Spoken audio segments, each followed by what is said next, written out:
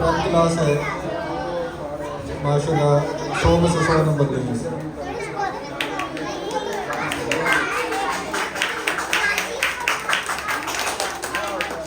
پھر اس کے بعد ہے جی ماشاء اللہ شہیر علی آگے جی ماشاء اللہ اس نے بھی فرسٹ پوزیشن دی اپنی کلاس میں پرائم کلاس ہے جی. اس کے بعد جی عبداللہ رافع ماشاء اللہ اس نے بھی اپنی کلاس میں اپنی فرسٹ پوزیشن دی ہے.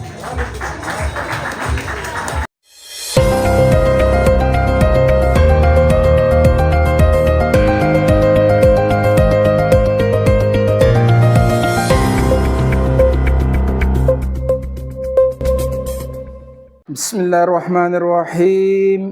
السلام علیکم ناظرین اکرام. آج ہم حاضر ہیں منگل والے دن کا پروگرام لے کر، جس کا موضوع ہے میں اور میرا وطن، یعنی مادر وطن. مادر وطن یعنی ہماری ماں دھرتی. اس وطن کے ساتھ ہماری خمیر بنی ہوئی ہے اور اسی میں ہم نے دفن ہونا ہے. اور اس وطن کی خاطر ہماری جو بہت بڑی نسلوں کی قربانیاں چلی آ رہی ہیں آج بھی. پچھلے دنوں ہمارے یہاں ہری پور کے قریب سے نا 3-4 میتیں فوجی بھائیوں کی آئی ہیں. نوجوان، بالکل نوجوان، چھوٹے چھوٹے بچے، جوان بیوی.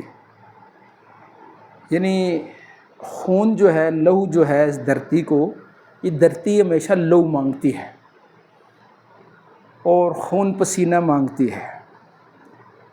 جب کسی بھی قوم والے اپنی قوم کی خاطر، وطن کی خاطر اپنا جان، اپنی خون پسینہ لگاتے ہیں تو پیچھے کیا رشتہ ہے.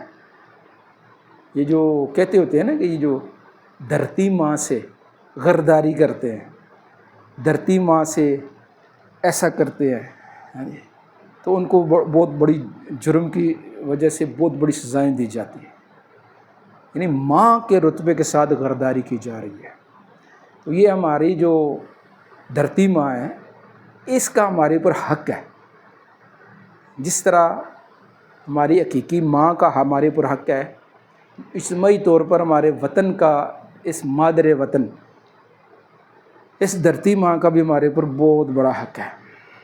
جن قوموں نے اس کے حق کو پہچانا تو انہوں نے اپنے دیگر ہم وطنوں کے لیے، اس ملک کے باسیوں کے لیے، اپنے دیگر ہم وطن بھائیوں کے لیے معاشی طور پر، تعلیمی طور پر، حفاظتی طور پر اور خدمت کے اعتبار سے ہر طرح کی جو ہے نا جو خدمات پیش کی ہیں.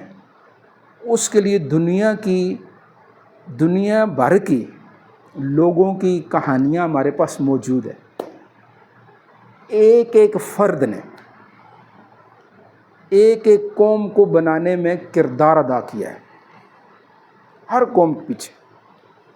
جیسے ایک واقعہ میں پہلے بھی ایک دفعہ سنا چکا ہوں. یہ ہندوستان کے اندر جو شروع میں انگریز لوگ آئے تھے تو ابتدائی ان کا تو منصوبہ تھا، لیکن وہ سیاحت کے لیے، سیر کے لیے اس بہانے سے آتے تھے. تو اس زمانے، شروع کے زمانے میں، یعنی جب یہ اقتدار تو انہوں نے چھینا ہے تو یہ بہادر شاہ ظفر کے زمانے میں، لیکن ابتدائی طور پر جب آئے تھے اس وقت اکبر بادشاہ کا زمانہ تھا. اکبر بادشاہ کے زمانے میں اکبر بادشاہ کا ایک بیٹا تھا 14 سال کی عمر کا، جس سے اکبر بادشاہ کو بہت پیار تھا. لیکن وہ بیمار تھا اور چرپائی پہ پڑا ہوا تھا. مقامی جو اس زمانے میں حکیم ڈاکٹر تھے، انہوں نے اس کو لا علاج قرار دے دیا تھا. اور اکبر بادشاہ اس کے لیے اکثر فکر مند رہتا تھا کہ میرا بیٹا ہے تو کس طرح اس کو صحت مل جائے. اب لوگوں میں بھی یہ بات مشہور تھی. اسی زمانے میں کوئی اس طرح انگریز جو ہے وہ برطانیہ سے ہندوستان میں سیر کے لیے آیا ہوا تھا، کسی منصوبے پہ تھا، بہرحال بظاہر وہ سیر پہ تھا. تو اسے لوگوں نے بتایا کہ اس طرح اس کے پاس میڈیسن تھی، دوائیاں تھیں، لوگوں کو اس دوائیاں وغیرہ دی، تو کسی نے اس سے کہا کہ ہمارے بادشاہ کا بیٹا بھی بیمار ہے، اگر آپ اس کا علاج کریں۔ اس نے کہا ٹھیک ہے، مجھے دکھایا جائے، میں علاج کروں گا۔ اس کو اکبر بادشاہ کے پاس انگریز کو لے جایا گیا، تو اس نے بیٹے کو دکھایا، اس نے دیکھا، چیک کیا، تو اس نے کہا جی اگر آپ مجھے اجازت دیں اس کے علاج کی تو یہ بالکل ٹھیک ہو جائے گا، میں علاج کروں گا۔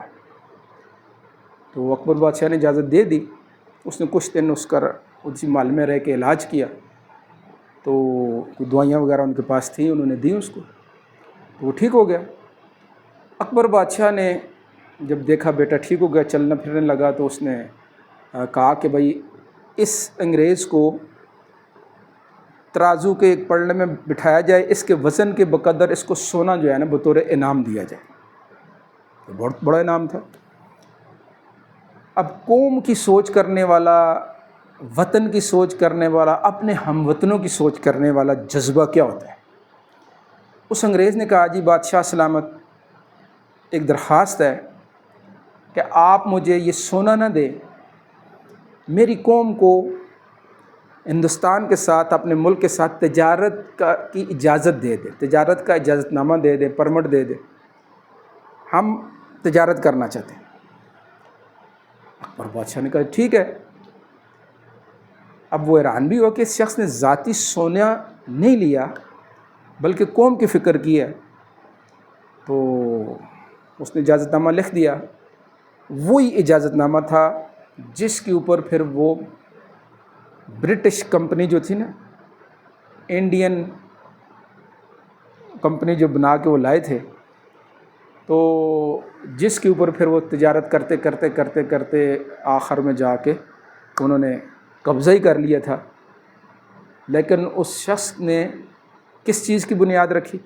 اور میں اکثر یہ ہنستا ہوتا ہوں جب یہ واقعہ میں کسی کو سناتا ہوں یا میں اس کے اوپر کوئی بات کر رہا ہوتا ہوں، تو میں کہتا ہوں کہ اس دور کے ہمارا پاکستانی کوئی اس طرح کا بندہ ہوتا اور وہ کسی بادشاہ کے بیٹے کا علاج کرتا یا کسی اور خدمت کے عوض اس کو یہ کہا جاتا کہ ہم تمہارے، چونکہ اس وقت دور جو ہے وہ معیشت کا ہے، تو میں تمہارے وطن کے لیے اپنے وطن کے ساتھ، اس وقت ہوتا ہے FTA، فری ٹریڈ ایگریمنٹ، یہ بہت بڑی بات ہوتی ہے کہ دونوں ملک ایک دوسرے سے کسٹم معاف کر دیتے ہیں۔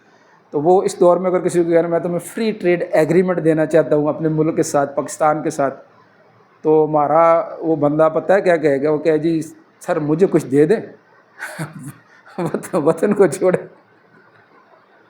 اللہ معاف کرے، ہمارے اس طرح کا بکاؤ مال اعلیٰ عہدوں پر بیٹھا ہوا ہے جنہیں وطن کی پرواہ نہیں، ٹھیک ہے؟ وہ اپنی ذات کے پیچھے نہیں، وہ کہے گا مجھے سونا میرے وطن جسم کے مطابق دے دو، انگریز کی طرح الٹ سوچے گا۔